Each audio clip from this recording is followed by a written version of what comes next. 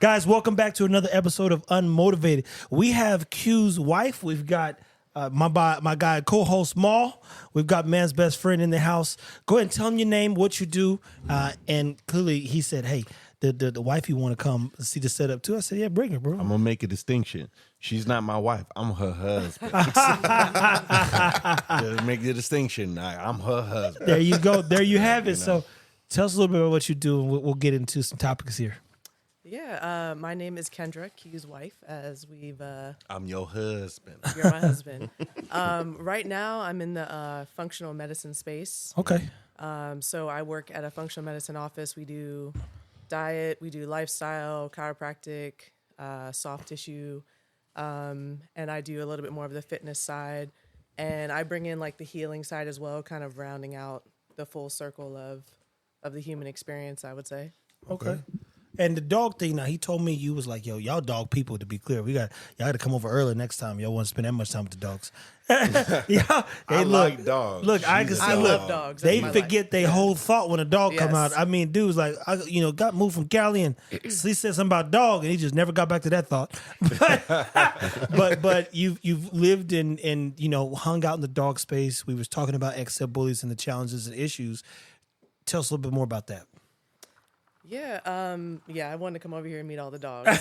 So that's what brought me. But I also just enjoy listening to Black men be in a room and just heal each other. So I was like, being a spectator of that was the selling point, and I pet a dog at the same time. We're winning. Well, see, and get this, I don't know that any of us thought anybody would be healing until we kind of, like, mind you, guys, I didn't send Q a topic. I didn't send him no subject matter. I said, yo, my man, I need you to come be on our podcast. Yep. And if you've ever met me, I that's exactly how I just walk. Hey, man, I need you to do such and such. Jamarcus has been with me. We was in Vegas at a dog show, and somebody says, hey, Trev, this is James. What's that dude's name? Either way it goes, but it's King James who says it. I said, hey, they said you run this show, huh? And he's like, yeah. I said, come downstairs real quick. And he came and did our podcast when we was in Vegas, and it was his show. He showed up in a trench coat. That's awesome. He was coaching a basketball team, and he didn't have to be there. And it was like his 15th one. Oh, you run this? Right this way? And he don't know me from Adam. Like I said, I don't even know the nigga name right now. But point is, you talked to me a little bit about the American bully. You've rescued dogs. Look, for one, let me say this off top. We would definitely have to have her back. They're not pressed for time, but we've got a schedule. We went to a rescue, 2-3 weeks ago now? Yeah, I saw that. And it was frightening. Let me be clear. And I'm going to tell this and I'm going to let her get her point. I have never really dealt with loss in a way that it affected me, right? And I also don't deal well with not getting my way. So what I'm saying is the last time I remember being uncomfortable in the way I was at that shelter was 13 years old. My papa dies, and I'm being a tough kid. And they say, hey, I need you to sing at your papa's funeral. And it's like, where you want to stand? I said, stand by his casket. I had no emotional control, which goes back to the other episode, because I was never emotionally developed. So I didn't even know that I was going to be in pain because I'm trying to be so tough, right? I stood next to the thing, got about 3 words, and I'm bawling. Mm-hmm. And so I'm all these things are going through my head while I'm at this shelter. And she's like, yo, this dog gets put down 11 o'clock on Thursday morning. Are you serious? Oh, dead ass. And she just commented on a video Money posted the other day. Jamarcus better best dog. And she said 96 dogs were brought in the other day. And I did a post where I said, guys, I'm not inspired to breed. I got to be honest with you guys. I'm getting more and more worried. And a good portion of the breed were Spits, aka your Siberian Huskies and wolf type breeds, and then your bullies. Mm-hmm. And she made a statement, and respect to her. She's a white woman, and I've said this before. She said nobody likes these dogs, the pit bulls, right? Nobody. And you think, well, she was telling the truth, right. And somebody does, but they are hard to handle. So my point is saying all that is, you guys rescued a dog. Talk a little bit about that process, why you would do it. I said I could never do it. And let me be clear, people. I'm going to be honest. I'm never going to do it. But what I will do is if we can build this business to do quite a few $1 billion, I will build a place and write it off so that those dogs can go and live the life. Some people say, you got to save them all. You want me to save them? Let me build a business that could change the world. And then if idiots who buy dogs impulsively are uneducated, I will pay the people more than they're worth to make sure these dogs get to live out their end days. That's a business move. And Mr. Beast, the irony is, the day after we leave, Jamarcus sends me some shit where Mr. Beast gets with Dave Bautista, and they try to get some dogs. You go, I just said that's what we was going to do. I'm tight now because he did it. But that's what money does, people. I feel like we're 200 acres away. Yeah. Say less. Trust 200 me. acres away. Trust, and mind you, get this. You don't know this, but I've already told Stan and others that are with me. I said, guys, I'm gonna buy a shit ton of acres when this is like soon, and everybody's gonna move to the land. Just so we're clear, I said that's gonna simplify our lives because we can change the world if we're all collective. Can we toast up the band's best friend on that shit? Because like we're all aligned. We're gonna get off the grid, create our own shit. Yeah, Homestead. We're gonna be butt naked baying in the moon. Hey, you asked Stan. Stan has 5 acres. All, He lives in Clearborn, Texas. But I said, to be clear, for us to achieve what I think we need to achieve, we got to house each other in the same. We got to walk out and wake up with the right mentality. And until we get $100 million of revenue, so we can sell it for a bill. I said, we've got to be at it every day, but we need to be in the same place. Yep. And sometimes that's difficult for people to fathom, especially black people. I don't get along with them well. So I'm like, I can't live with that many people. But you go, all of us aligned with no ego. We don't and the have dogs. to if I got 10 acres in between. And mind you, that's the beauty about it. And the intent, though, let's say the intent. Stan's got an intent to take care of the dogs. Y'all know my intent. And I'm only here for the dogs. And then I've watched these 2 people who I'm realistically meeting for the first time. Like we've seen Q at the gym. He's been super kind and respectful to us. We've enjoyed his presence and his energy whenever I've gotten a chance to shake his hand and say hello. And I'm forever grateful that he found the time to come over and meeting his wife, refreshing as well. Because you go, golly, that's what a supporter, and as he said, he's her husband. That's what support looks like. To be able to be free and candid and have fun and not have to worry about what comes out of your mouth and love dogs. Man, say them the only kind of people I want to be around. A dog will tell you the truth about a person. I'll tell you that. That's the only motherfucker I trust. It's like, hey, ego don't really growl. If he growled at you, you gotta go, buddy. I'll never want to see you again. He's got a very good judge of character. If he's fussing, because you could ask Maul, that nigga don't make no noise. That nigga don't bark or nothing. If he made a noise and you walked down and say, look, he's got a better sense of That's impressive, right? Than me. So if he's not good on you, I ain't gonna risk it. I don't need you no way. But talk a little bit about what it means, like your journey in rescuing a dog, why you did it, and then being a dog trainer and housing dogs and trying to help the breed and dogs in general. What are some things you guys have kind of both have learned walking down that road? Because it's to me, it's scared the shit out of me. I got to be honest with you, and I'm not a scary person. Yeah, I think I have to start at the beginning. Like falling in love with the bully breed is, I'm a misfit. I'm a mixed person. Yeah. I'm black and white. You see another misfit. It's, an unlovable, misunderstood thing, and you just gravitate to it. And I didn't know what they were. My brother just brought one home. My mom didn't. She was like, why is this dog here? I don't want this dog here. Now this woman's walking them at shelters and stuff like that. So they have a way of like burrowing into your heart in such a way and like connecting to you spiritually. And I've been around every single dog breed, and that is one of the only ones that has that intense connection. So I was sold day one on my brother's dog, and I was like, I need this dog in my life every day. Yeah. So I'm now on, including his dog and ones I work with, my 4th bully breed. And there will always be one. I'll probably have another, breed at some point, but there'll always be one. I saw just a big problem. Like I grew up outside of DC. I lived in Maryland. They're illegal in PG County, but there's the most of them in PG County. I got my first pit in PG County. Oh, wow. So you see like the correlation between poverty, black people, and the pit bull, and they're both treated the same. So you're crossing into a lot of overlap, and to That's like my baby. Y'all seen it, and to not like acknowledge that intersectionality between the two is missing a big point. They're put at this level, black people put at this level, and it's the same.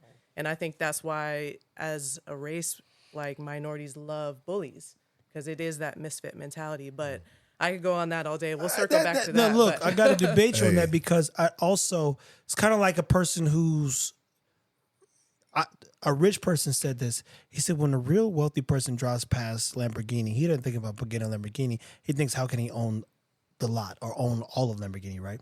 So in this case, unfortunately, African Americans all the time are very prideful. And so when they get this dog, I've been in homes where people have golden retrievers, right? Nobody's like, man, look at my golden retriever. That dog represents something that's lacking in them at times. And I get the messages, man, hey, what do you think of my dog? And I have to tell everyone this. So if you ever message me, it's kind of like the girls that do dick ratings. It's like some of you are like, bro, tell me what you think of my dog. I was like, my man, it's your dog. You got to take care of it. It is not my place, as I'm a judge and a sanctioned judge and no registry, to judge your dog. If you need help with training, potentially nutrition, that's where I can add value. That's fair. But I'm not the person to tell you got look at this dog with this muscle, because if I get a golden retriever, nobody's going to care. If I get a fucking corgi, a beagle, no one's going to care. If I get a goddamn German Shepherd, nobody's going to care. It's almost like buying that gold chain that shows That's what you the, got. and mind it's you, your dog. that's the scary part when it comes to the pit bull, because you're in this perverse environment, and the only thing you have to show for is a dog who can attack and hurt somebody based on like, man, I want him to head it. I want him to be tough. It's like, you guys got to remove that thing, because I repeat, I don't want to be tough. I want to be smart, but that's just me. I think, though, kind of what both of you are saying, too, like, right? So it's a status symbol. Oh, for sure. And just like having, living in an apartment and having a Bugatti, outside that you've leased. Hey, my nigga Monte, like, yo, this nigga got a AMG, but he in a fucking 2-bedroom with an air mattress. Bro, with a chameleon paint job, Hey. but like then you have this dog that symbolizes this strong and all. I think kind of what Kendra's saying in that socioeconomic situation, you've got this symbol of everything that you're not, and what you're lacking. And then you realize this is a being that has a responsibility because they're powerful. Kind of to what you're saying, it's like, I think that's deep. Nobody would care Spider-Man if line, you right? had with great power. But they would care. Look, because keep in mind, people, there's a Springer Spaniel that could get on a tug and do some amazing things that, again, a bully can do. And mind you, I'm the person that's like, look, they think the pit bull and American bully is a dog. Let me go find 5 more dogs. The General. Jack Russell Terrier. Oh, man. A dog, bro. Jack wanna, Russell's ain't no joke. You want to know who's worse than a bully or a pit bull? They say that it's a saying. They said the only reason why the pit bull gets a rap is because the Jack Russell didn't get any bigger. or a Chihuahua. Oh my God, bro! You like these are terrorists. Chihuahuas are no joke. They're high intense. They're high intense. But go ahead. So you reach, you see this bully, and I'm with her 100%. People, the dog in itself, it is near and dear to your heart, and I think part of it is because of its power. Like ego jump on you. I mean, Jamal could tell you, Tron popped his finger out of place, broke his hand basically. Are you serious? Yeah, I'm not sure if you seen when I was coming to the gym and that shit was wrapped up. But he goes. I was on that man's best friend too, though. There's a lot to the story, which will as this beverage gets below the ice cube. This nigga's finger turned into an L. And But I felt like, the force, though. I felt the force, yeah. But she's absolutely right, because there's so many components, somebody right? pop this thing, son. Which go back to the trauma we're dealing with. So you clearly, we talked a little bit off camera, but you're not inspired by needing to feed your ego, but more so actually the care and love the dog provided for you, right? I would say they've been an emotional support animal for me without them really trying. But going back to what you're saying about rescue, it's not people like yourself that, all your dogs, their temperament, their how they look, how they interact, like their intelligence, good breeders are great, because some people aren't ready to rehabilitate a dog. And owning a dog run company, all I got was the mutts from people that were just backyard breeding. And then people are picking up these animals with the best intent, but they don't have the skills to deal with bad genetics. They're calling them, my little house hippos, which I call my boy a house hippo, but he's a powerful animal that can do some damage. And if I don't acknowledge his breed traits and things that he's capable of, and I don't set him up for success, I'm contributing to the problem of them getting banned. So when you're adopting these dogs, you need to be ready to pay for training. You need to be ready to commit your hours of your day to exposure to people, and then also my accept God, where they're Jesus. at. Like if they don't have the ability to be friendly with other dogs or other people, don't put them in situations that they can't handle because you're just. But no, harp Yeah. on that coming from a dog because people say, "Man, my dog won't get along." I said, "Look, nigga, there's a lot of niggas I don't like. I basically don't like anybody." So in your mind, you think, "Oh, my dog's supposed to like everybody." I'm Yes. like, "That ain't this breed." That's not true. I'm like, "Yo, That's I not don't any like breed, everybody." yeah. That's not even realistic, right? So what do you do for somebody who's like, "Hey, my dog doesn't get along with this dog"? I'm like, "Okay, what do you want me to do about it?"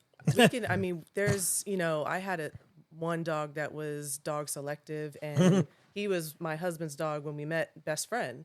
It had to be the right environment. So there is a right environment, but just like what you said, I don't like everybody. Everybody doesn't like me At all. But we like each other. So Yeah. I got one friend. So maybe your dog can have one friend, two friends, but And they don't that's need a to get win, along with right? everybody. Yeah. And you're not being a good advocate for your dog if you're allowing dogs, people, everything in their space without creating a barrier and without protecting them in that way. So you're feeding that problem. Like you need to be making those decisions for the dog and then ultimately teaching the dog to make the right decisions as well.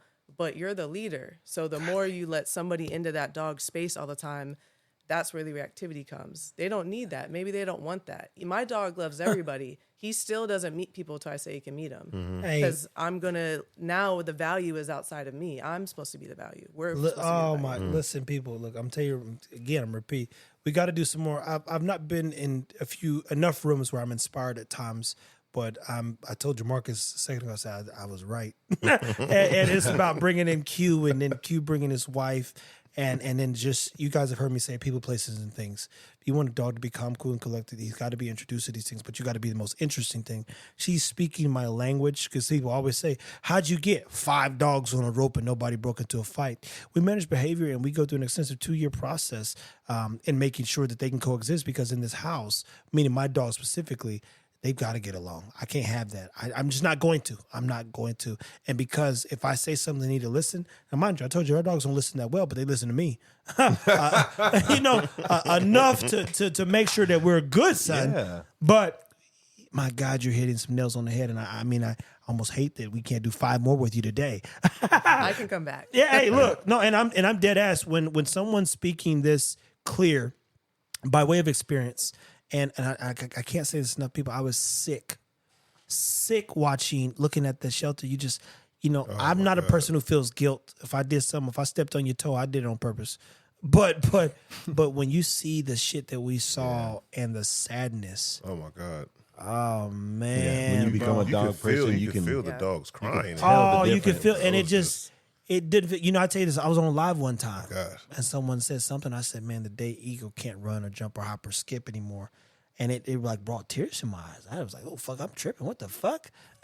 Yeah. But just the fact that this dog, my goal is to enrich his life so much so he can live. Yesterday, for instance, I gave him 45 minutes on a rope. That motherfucker was on that goddamn rope by himself. There's no dogs around, and he's just like pulling on this thing. If you go over to this area at the school, he tilled the whole ground because he was yanking on that thing for 45 minutes. Having the time of his life. And then fast forward, you walk in the room right now, he's asleep on a pillow with his balls in his ear. Yeah. And you go, the day this dog can no longer live the life he wants to live, that's not a good feeling, right? Yeah. But that's because of everything we did. I installed these programs with time, energy, effort, things I tell people you need, because I want the best for him, right? I think that's super interesting, bro. Like, cause I'm from Bama, where I was. The dogs sleep outside, and the dogs do dog stuff, and we do stuff inside. And I got my dog from a breeder. So Ziggy is an English Bull Terrier. Oh, and yeah. I was the kind of guy I was like, I want Keyword something- English, people. That means it was properly bred. Dude, she is. I'm talking from pedigree. Like, I got her fixed immediately because at the time I was traveling, I was overseas. Yeah. And it just was something that I wasn't ready to navigate. And that bitch taught me a lot. I'm so glad I got it done. I couldn't imagine if she could get pregnant. But I had an English Bull Terrier, and I purchased the dog because I wanted something different. I was always about. I don't want to fit the mold. I'm an alien. I want an alien. I did my research on the dog. I think he is alien too. Keep going. I'm black alien. Black alien. Yeah, black alien. But I did my research and I looked up all the videos and I could, and nothing would prepare me for her. But Ziggy Nothing. is different because an English Bull Terrier is the sweetest animal. However, that animal will follow the beat of their own drum. There's nothing that you can do. So key word though is animals. So I saw something the other day when I was posting some people said, man, I wonder why those dogs are in cages. Guys, there's a 2-year process to make sure that the dogs can coexist in this home. Mm-hmm. And what people don't understand is for 18 years of a child's life, you're trying to find things that motivate your kid, inspire your kid, encourage your kid. And people think, again, they remove the animal. It's a dog. A dog is an animal. Tron, we leave him in the room. He fucking chews up my goddamn shit. They're curious people. We have a dogs that can do work. What that means is they're inquisitive. You know what an inquisitive mind does? It gets destructive when it's not stimulated. Bro. So when you look up English Bull Terrier or Ego's chilling there right now because he got 45 minutes yesterday. And I've told everybody there's a 72-hour rule. If in 72 hours this dog does not get out and do something, he's gonna tear your shit. He's going to start getting real curious. Hey, well, but buddy, look. That's how we lost 2 remotes, man. There's a lot of pain on your face when you said it. Yeah. And fast forward, I'm not selling. I tell you, my dogs ain't family dogs, people. If your family is equipped to deal with a dog, so be it. But we're breeding dogs that I want to take them out and go hog hunting. I want to take them out and get a little active per se. They're working dogs. And to work, Bible says you don't work, you don't eat. So when you look up, you go, I want them to be motivated. And mind you, you American bully people, oh man, they're too skinny, they're too this. People like, my man, you do know that, and in both of you, bodybuilders are falling off, right? When you add more muscle, you create more restrictions. And when you have more restrictions, it's more energy output. Guess what? The only thing you have in life to measure your life is energy. And if you run out of energy, your heart stops. You don't think of it that simple, but the guy said it too. When you add testosterone at 45, you put a fucking V8 and a fucking V4. You go, my man, you just double down on steroids and the juice. The body can't support that after 40, 50. So what happens? Nigga have a heart attack. Random. Looking as good as they want, but... Check out. Yeah. Because the body can't, at some point, ashes to ashes, you got to break down. So what would be then your advice, if you don't mind, when picking a dog, how do you pick a dog that's good for you? Because you know that the American Bully, Pit Bull breeds, they're commonly dropped off because people say, oh, wow, I didn't know that this dog needed this much time and energy. What would you tell people? Because, you've clearly dealt with the behavioral stuff and all the shit that, it's fucking annoying. Godly. I just let them read the message. Niggas like, yo, bro, this dog peeing all over my foot, but I'm about to drop him off at the pound. Because he peed? A fucking baby pees on itself. They're about 7 years old, damn near. Think about that. You got to change a diaper for at least 3 years, pretending on what's going on. And if you're adult, you're a little bit too leaned out. You might pee too. That's so you go, some of y'all want this nigga to be straight overnight. Just me? All right. When it's a journey, but what would be from being a dog trainer and the person who fancies dogs and fell in love with American Bully and many other breeds, to say the least, it's clearly you're aware of the ban that's taking place. What would you advise people to do in preparing their home, for an American Bully? I think for any breed, you need to figure out your lifestyle. Are you active? Are you able to set boundaries? Do you have kids in the house? What does your neighborhood look like? What stuff do you like to do? Figure out who you are first, and then figure out, do I want a dog I can run with? Do I want a dog I can take to a restaurant or a bar? Do I want a dog that's good with children? And start going through and reading the breed descriptions. Now, with that said, if you are really into rescue, which is great, you really need to spend some time looking at the temperament, because you're going to get a mix of temperaments. Yep. When you have a mix of breeds in one, which is most of the dogs that are in there. So I suggest if you can work with a rescue who has been in a foster house for a little bit, or a foster family, so that they've had 3 or 4 months to be with the dog and be like, listen, this dog is this way, this way, this way. And then really spend some time walking. If you can volunteer and walk the dog a few times, lots of shelters need people to walk the dogs all the time. Take that dog out for a walk, see how it's interacting with the world. Is it skittish? Is it ignoring you? Is it lunging at things? Does it have a prey drive? Take your time so that dog can fit. And then it always goes temperament, then breed. So figure out those two things, and if they align with your life, and if they don't, it may not be the right breed for you. Like Ziggy, I was like, he has a bull terrier. The right breed for me. I was like, you must have a lot of patience. You have a lot of this. Her temperament is developing so patience. she's getting better, but she's a tough temperament for us sometimes. But we love her. We work with her. But overall, she's a great dog. She's a great dog. She's a great dog. Yeah. And she I think sucks. so. The word you use, though, people are going to overlook it, is volunteer. Yeah. Yes. So when you say, "Hey, what can I learn?" Don't learn because you bought something and you weren't ready to deal with that responsibility. Don't be me. And if you don't know dogs, guys, I've been at this dog thing since I was a kid. The only book I would take out of the Mid-Cotton Library was a dog encyclopedia. I was obsessed with this shit when I was a kid. So when I looked at the end, I said, I know what to do. But volunteer. Kanye West did it, and he created a couple custom versions of Louis Vuitton. And this is when he was Kanye West, to be clear. It wasn't like, oh, I'm a nobody. No, it was like, let me go volunteer or intern, which is volunteering, at Louis Vuitton and learn about design and what they're doing so I could create my own ideas. And we know that Yeezy is probably one of the biggest shoe brands in the world. That's the truth. Whether you like him or not, it's the facts. But the thing, a man who was the man, based on how you look at it, was doing exposure and volunteering. So when she says that, I tell people there's in Texas called Health Wildcatters as an incubator for health-related businesses. First thing I actually do is I'll go and find areas where I can just sit back, put a name tag on, hand out cups, and just volunteer. Because getting in that room, I know if I get in a room, I know what to do. So I'm gonna act like I'm a nobody because once I get the information, I know how to apply it. So volunteering, I love you use that word. I don't want people to overlook it because fostering. Get this. I think the woman said it was 300 dogs being fostered at the Dallas intake, and they had 300 plus on site, 800 dogs total. And the fostering means they're holding on to these dogs as a last resort before they have to bring them in, and the city pays to get them put down. That's scary because once someone says, hey, we can't foster this dog anymore, it's going to hell. And I mean, all dogs go to heaven, but I mean, like, imagine a dog coming in. It's like, I saw that poor dog. I go, fuck.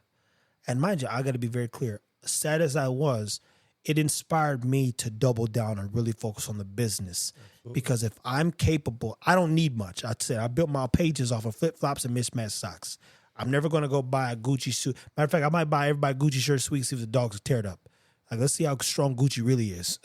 Put Ego on my back while he's digging in with that motherfucker trying to get this rope. I'm gonna see what Lambo do if I got the dogs get in there and terrorize that motherfucking car.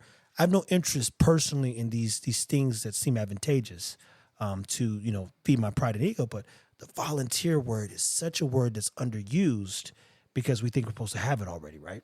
That's one of the biggest things I learned from her. Yeah. Like when I got Ziggy, I was thinking of, it's an English Bull Terrier. So the first thing you think of firecrackers. Is next Friday. Or Chico. The Target dog. Hey, Holmes. Like, hey, you fucker. Like, Yeah. Like, I got Ziggy because she was the only, like, I was looking for the thing. And then when I got the thing, it wasn't what I expected. And it wasn't until I met Kendra. Like, and mind you, my dog has been exposed to a lot. Like, she traveled with me to New York, and she lived in the city. She's been on a subway. She's ridden a book bag over the bridge in Brooklyn. Ziggy's she's a fucking gangster. Like, she can go for a road trip. She went to Cali with me in a U-Haul and love that. Shit. Like, this is a ride or die bitch. Man, I love hearing this though too because people don't know how far some of us would take our dogs. Where'd you take your dogs? Dude, she saved my life. Bruh. When I was about done, I was driving home from a terrible divorce and it was raining and I was going 90 in the Challenger and I was like, yep, all I got to do is yep, and I'm out. Yeah. And she looked at me and I looked at her and she was like, don't do it. And I was like, she doesn't deserve that. So that's why I haven't given her up yet. Yeah. Because Ziggy has tried me. But like, I say this to say, like, I'm an Alabama guy. Your dog sleeps outside, dogs this and that.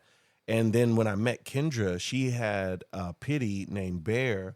And this dog like burrowed into me while I was like mid-depression. I'm like, get this dog off the couch. You got dogs on the couch in your bed. And I still don't mess with that because I got allergies. However, But like being around someone that had a balanced animal that actually became a family member that actually coached me, gave me some perspective on how it's not just a dog. This is an entity and a being that I have to evolve with.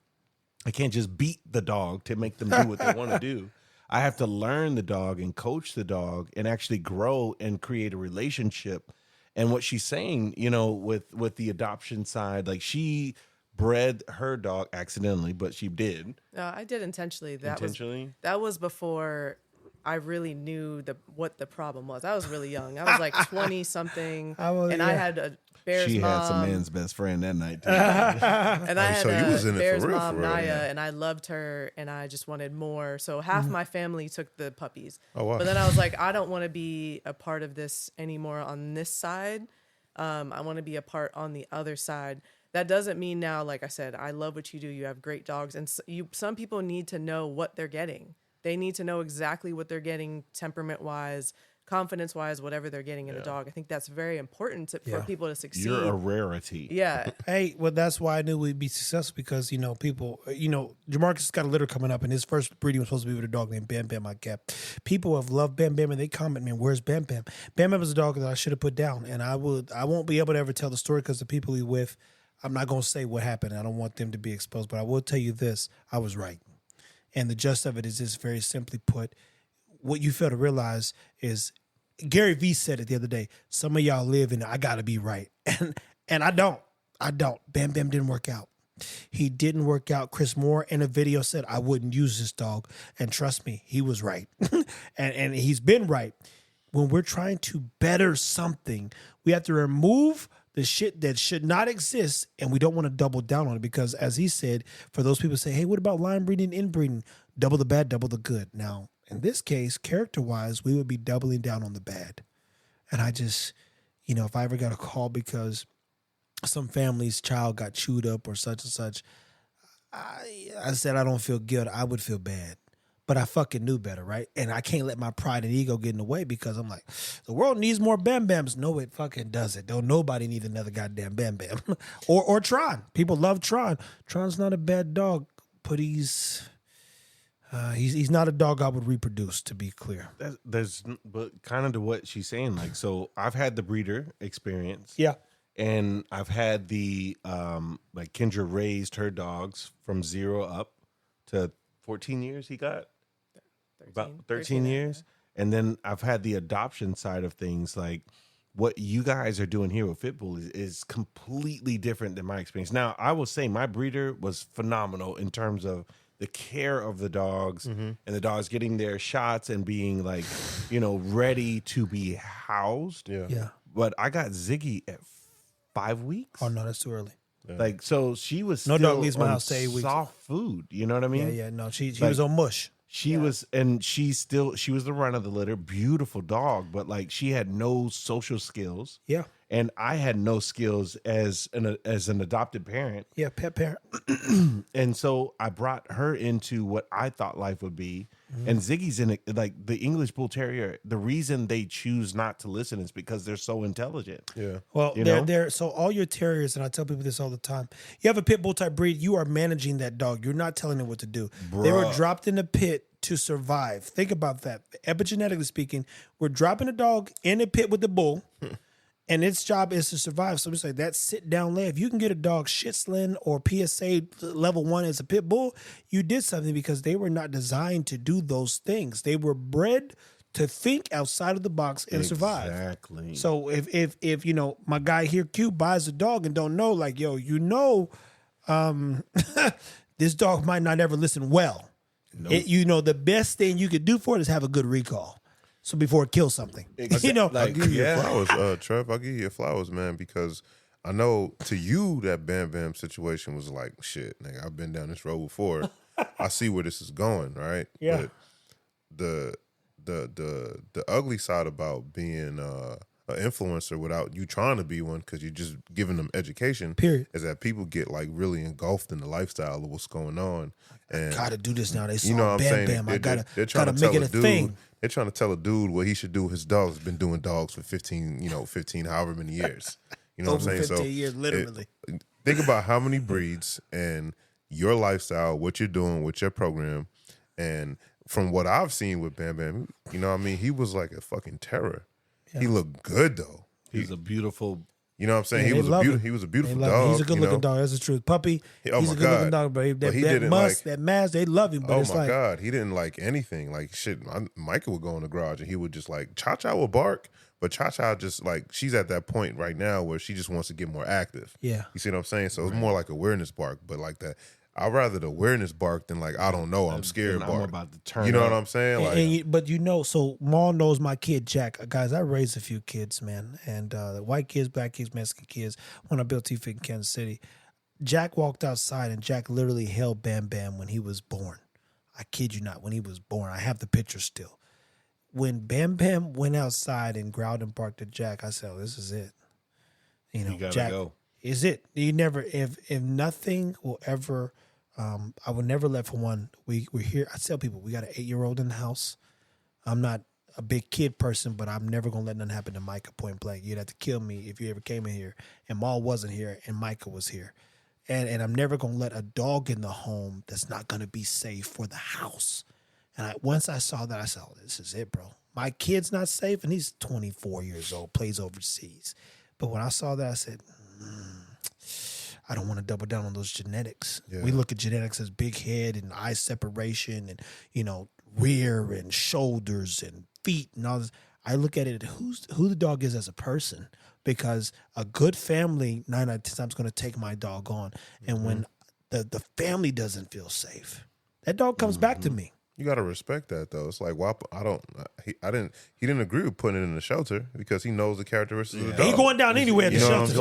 That takes, like you were saying, that takes someone that's going to dedicate themselves to build. And I did the video. I said, guys, we got two options. If you're a very well-trained dog person, you could take Bam. Otherwise, he's not going. Emotional. I'm putting him down. They're like, I can't believe you put him down. Yeah, not one of those. Best thing I could do for him. You're not understanding. So on the other end of the spectrum, and I'm so glad that y'all shared that, because this is where I got to give Kendra her flowers, because we have Robert Nesta Marley, this big 85-pound blue pit with a fucking head that's large, and he's on a military base in the north side of San Diego. Like, so you can't have pits on the base. It's Camp Pendleton, right? Yeah. Like, they will bounce you. And he was one of those dogs that we assume, we don't know. He was left at a truck stop or a bus stop. That's what they said, but I think somebody just got caught. Yeah, what happened someone paid a lot of money for him. That fucker's huge. Yeah, and he's like, this nigga didn't cover no goddamn shelter.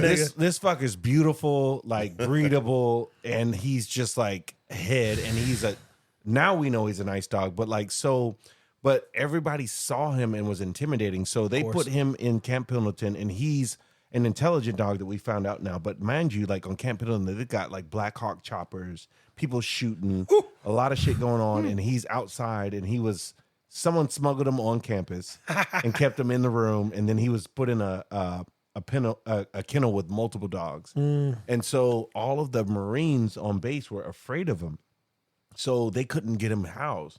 And Kendra, with her dog experience and what she's been through, we went up there and we saw the dog immediately, and she spotted like this diamond in the rough.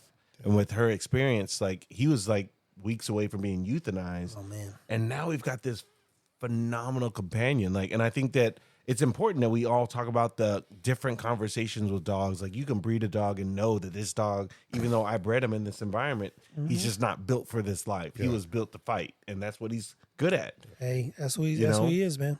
But for her to see this big ass dog that everyone's afraid of and be like, no, he's not built that way, and all he needs is balance. Yep.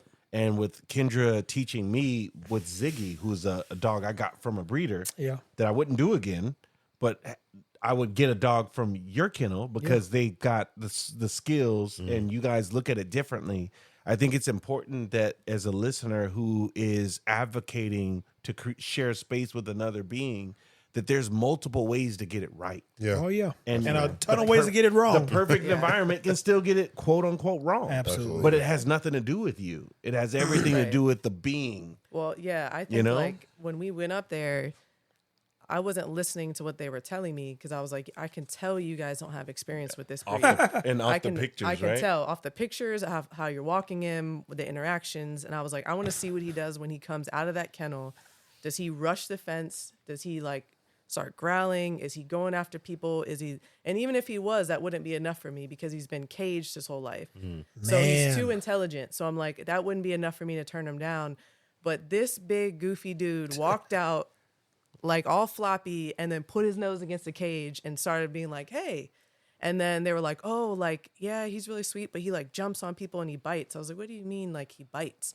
He was like, gonna bitch on y'all would have been put the nigga down already. He's like, exactly. He would jump and hold people when they left and pull on their shirts. He didn't like being left. And he had a nibble pibble. Yeah. So he like, when we got out. Yeah, mouths are like that too. Communicate with their mouth. He nibbled when he was frustrated. Yeah. So when we got there, like we brought our dog, my Ziggy, and mind you, we had to put down our old boy who was the groundskeeper in our house. Hey, that's a big thing too, people. Our old boy Bear, shout out to Bear Rip. That motherfucker, he got me from a dog owner to a dog person, and he also held baby girl down. So Bear was a gangster. He knew how to walk the yard, man. Bruh. Bear had street cred. He was ready to go, and he could chill. He was that dude. He's the best dog I've ever been around. Yeah. And he trained my dog and trained me.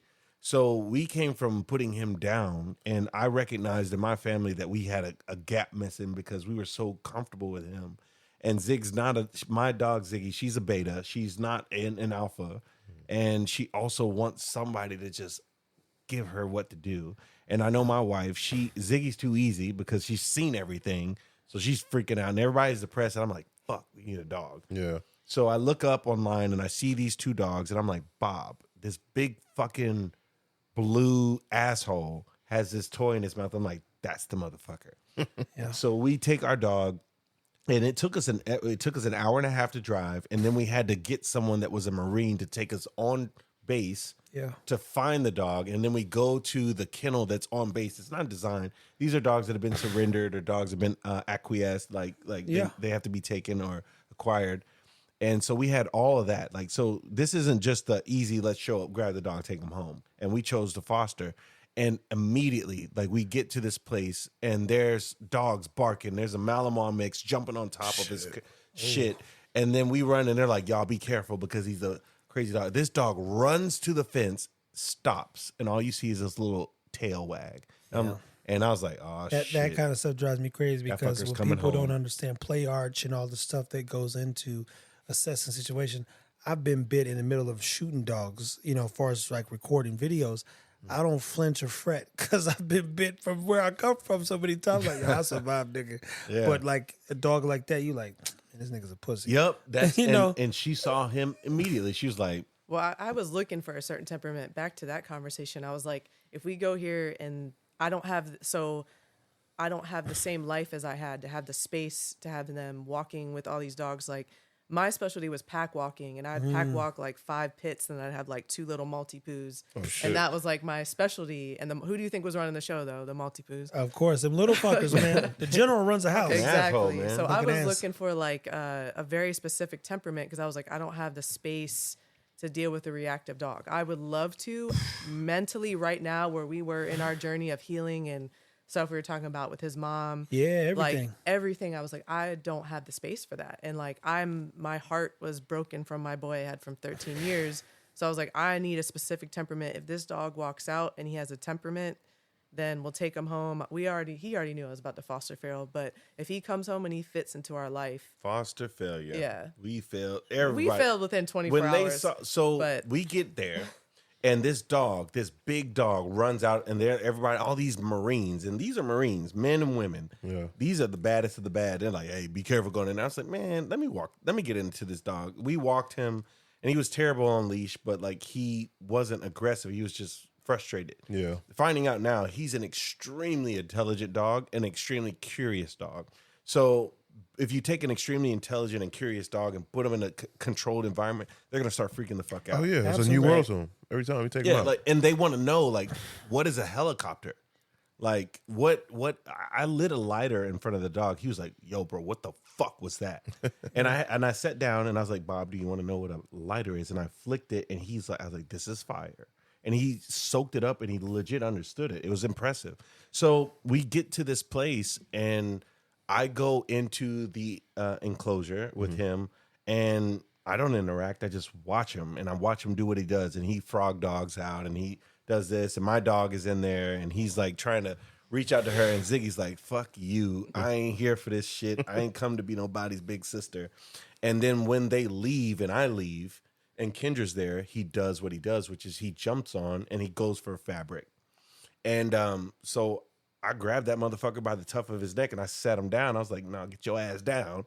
And then he was like, "Okay, cool." And all of the Marines was like, "What the fuck just happened?" Yeah, they don't understand the dog that needs correction. He just needed to be he needs corrected. guidance. I didn't hurt him. I grabbed him by the tuft of his neck, and I was like, "Nope, this is not what we're doing." They don't like when I use the word aggressive breed. So you get an aggressive breed. This is not a breed that frets when you pop them. Even I know you're like, "Oh, I would never hit my dog." Let me be very clear. You better grab that joker by his neck. Yeah, pop them in the nose because they need to know where they're bound. That's how they. And I got a collar on Ego with a handle for a reason. Because she goes, "My man, once he clocks in, he's a lunatic. He's a bad situation." But again, you just manage an American bully or a pit bull. That man's best friend. I'll be right back. Hey, listen, we got that thing is rocking, bro. And when I tell you, it hitting like baseball bats. But Barry Bonds and them was on that mission for 700. Not Barry Bonds. Who was it? Mark McGuire and them? Trying to hit 700 of them boys. They was hitting.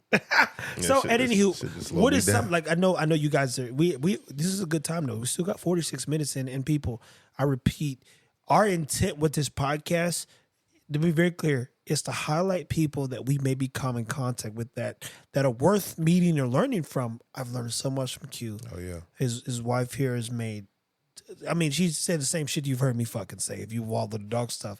But this platform we're trying to build, hence Unmotivated, is so much bigger than isolating an idea to a dog, because we all have to continue to grow and connect with others. And so far, this has been a hell of a connection. So let me ask you this, because I don't want to keep you guys, is what keeps you motivated, Kendra?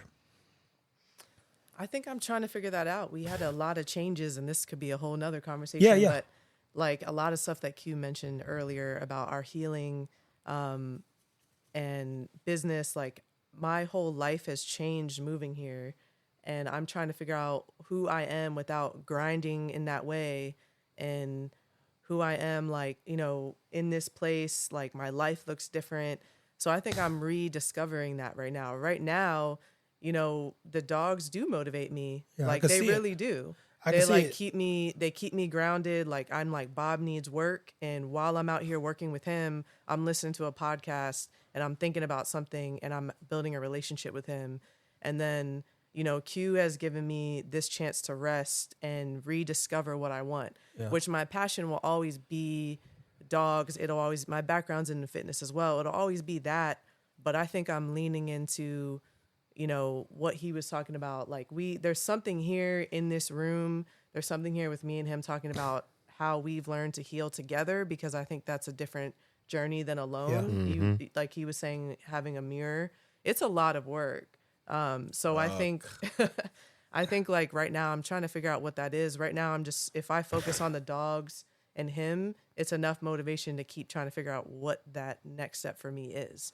That's huge, people. And the irony is this, I've seen in literally just today's time, their affinity for these pets and these animals, and even our dogs. They don't know our dogs from Adam, but they're like super intrigued. So when I'm looking, I'm an eyeball, right? I sit back and listen to tone and all these little things. I say, man, we've got to figure out how to implement, these people, because let's just say, I don't know Kendra from that. We've not had a business conversation, but you say, do we put someone like her over, managing dogs, or do we have her run 1,000 facilities, and the integrity of those facilities, from data collection down to dogs walking in the door, to hiring people, to welcoming dogs, because every time there's things I look at scale and you say foundationally, they both have human skills and they present themselves well.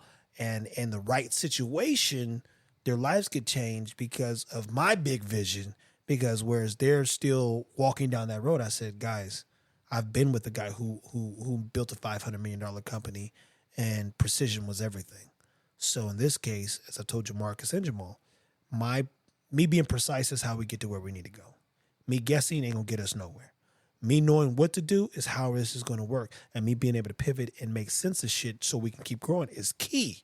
And then the blessing is, hey, we might have found 2 more people who could make this scale a lot quicker. Because right now, it's Jamarcus and I, and even Jamal, he comes in from an investment standpoint. It still be us doing the dogs, and Jamal's the guy who'll get his hands there. He'll show up. Well, he'll do whatever you ask him to do, and vice versa.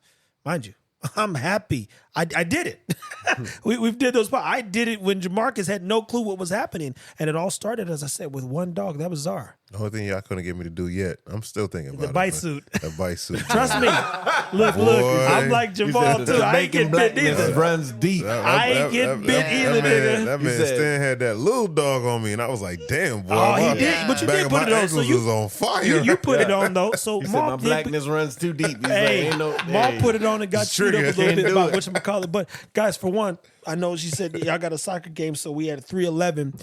Can't thank you enough for stopping by the house. Definitely glad you got to sit down and see what we had going on a little bit. real, yeah. We shake hands and say hello in and out the gym. Now he knows, oh, no wonder they're on that motherfucker every day of fucking putting out content. This is way bigger than anyone would presume because there's so much work to do. And if you don't have a 20-year plan, you probably don't have a real goal. And every business, the best of them who were given real funding and opportunity, it took 15 to 20 years for them to be successful. And then they get to go and choose, making high-level decisions with funds to change other people's lives in their own. And we dogs on bones, to say the least. So it's like, we just need to stick to this and be at the right place at the right time. So, guys, thank you so much for your time and energy. Definitely stopping by and saying hello. We figured out what keeps both of them motivated. If everything goes right, I mean, we'll probably get 10, 15 episodes just with them alone. We got to. Yeah. And y'all done fucked up, man. You done fed us once. So. Hey, look. Plenty of drinks, plenty of food, everything. Man. I love that. Even you said you felt comfortable in this space to talk about some of the things you discussed in the other episode.